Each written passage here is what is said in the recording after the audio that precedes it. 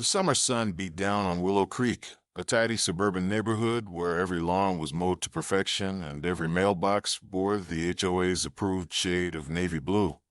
I'd lived here for 3 years, renting a modest two-story house with a small backyard that backed up to a wooded ravine. The place was quiet, save for the occasional hum of lawnmowers or the chatter of kids on bikes. That is, until Karen moved in next door. Karen was the new HOA president, a title she wore like a crown. She was in her late 40s, with a blonde bob so sharp it could cut glass and a penchant for pastel cardigans. From day one, she patrolled the neighborhood with a clipboard, noting infractions, a garden gnome too close to the curb, a basketball hoop 1 inch too low. Her emails, signed Karen Whitaker, HOA president, flooded our inboxes with reminders about community standards. Most folks rolled their eyes and complied. I tried to stay off her radar. My house sat at the edge of a gentle slope, and a narrow drainage ditch ran along the property line between my backyard and Karen's. It wasn't much to look at, a shallow trench lined with gravel, about a foot wide, but it was critical. Every summer, when thunderstorms rolled through, the ditch carried runoff from the ravine down to a storm drain at the street. Without it, water would pool in my yard, and worse, seep into Karen's basement, which sat lower than mine. The previous owner had warned me about it, and the ditch had done its job flawlessly every rainy season. Trouble started in June, when Karen decided my ditch was an eyesore. One morning I found her in my backyard, hands on hips, staring at the trench like it had personally offended her. "This thing is hideous," she said, not bothering with a hello. "It's lowering property values. You need to fill it in." I leaned on my rake, wiping sweat from my brow. "It's a drainage ditch, Karen. It's there for a reason. Water runs through it when it rains." She scoffed. "We haven't had rain in weeks. It's just a muddy scar. I'm having a garden party next weekend, and I don't want my guests seeing this mess." I tried reasoning. If I fill it in, the water has nowhere to go. It'll flood my yard and probably your basement. The last owner said, "I don't care what the last owner said," she snapped. "I'm the HOA president, and I say it's a violation. Fix it or I'll fine you." She stormed off, her flip-flops slapping against her heels. I wasn't about to fill in the ditch. I'd seen what summer storms could do. Instead, I emailed the HOA board, explaining the ditch's purpose and attaching photos. I got no response. A week later, a $200 fine arrived in my mailbox for failure to maintain property aesthetics. I called the HOA treasurer, Mike, a laid-back guy who'd lived here for decades. He sighed. "Karen's on a power trip. Just pay the fine and she'll move on to someone else."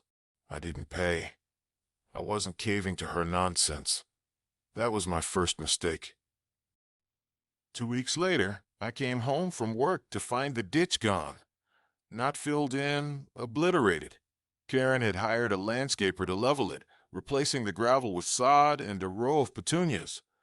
My backyard now blended seamlessly with hers, as if the ditch had never existed. A note taped to my door read, "You're welcome. Karen Whitaker, HOA president." I was livid. I marched to her house, but she didn't answer. Her car was gone, and her blinds were drawn. I called Mike again. "She can't do this, right? This is my property." Mike groaned.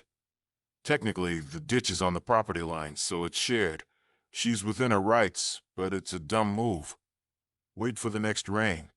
She'll learn." I didn't have to wait long. That night, a thunderstorm rolled in, the kind that shakes windows and sends dogs hiding under beds. I stood on my back porch, watching sheets of rain pour off the ravine. Without the ditch, water pooled in my yard, turning the grass to mud. But I wasn't the one in trouble. Karen's basement, as predicted, took the brunt of it. By morning, her backyard was a swamp, and water had seeped through her foundation. I heard her before I saw her, a high-pitched wail from next door. I peeked over the fence. Karen stood in her driveway, soaked to the bone, screaming into her phone. The carpet's ruined. My furniture. Who's paying for this? Her husband, a quiet man who rarely spoke, lugged soggy boxes to the curb. I should have felt bad, but I didn't. She'd ignored my warnings, steamrolled my property, and slapped me with a fine. This was karma. Still, I wasn't heartless. I grabbed a tarp from my garage and offered to help cover her basement windows. She glared at me. "This is your fault. That ditch was useless, and now my house is destroyed." "My fault?" I said, incredulous. "I told you what would happen. You filled it in." She jabbed a finger at me. "I'm suing you. And the HOA. And the city." She stormed inside, slamming the door. Word spread fast. By noon, neighbors were whispering about Karen's flood. Mike stopped by, chuckling. "Told you she'd learn. She's been calling contractors all morning. Her basement's a total loss." I thought that'd be the end of it. Karen would fix her mess, and I'd dig the ditch again. But she doubled down. The next day, a city inspector showed up, summoned by Karen's complaint about illegal modifications to my property. I showed him the old drainage plans, which clearly marked the ditch as a required feature. He shook his head. "This is why hoes drive me nuts. She's got no case. Rebuild the ditch and send her the bill." I hired a contractor to restore the ditch, deeper and wider this time, with concrete lining to prevent future tampering. The work cost $3,000, which I invoiced to Karen via certified mail.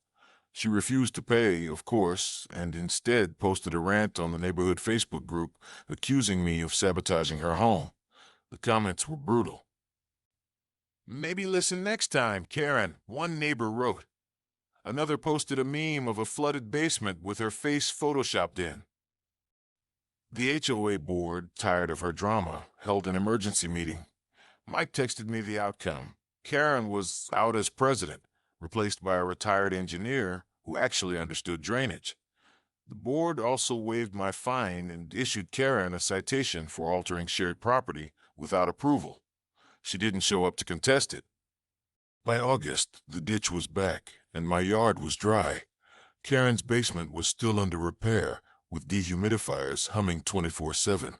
She avoided me, but I caught her glaring from her window once or twice. The petunias she'd planted were long gone, washed away in the flood. I planted wildflowers along my side of the ditch, a subtle jab she couldn't miss. The neighborhood settled back into its rhythm, but Karen's reign left scars. Her garden party stopped, and her clipboard patrols ended. Some neighbors pitied her, but most just wanted peace.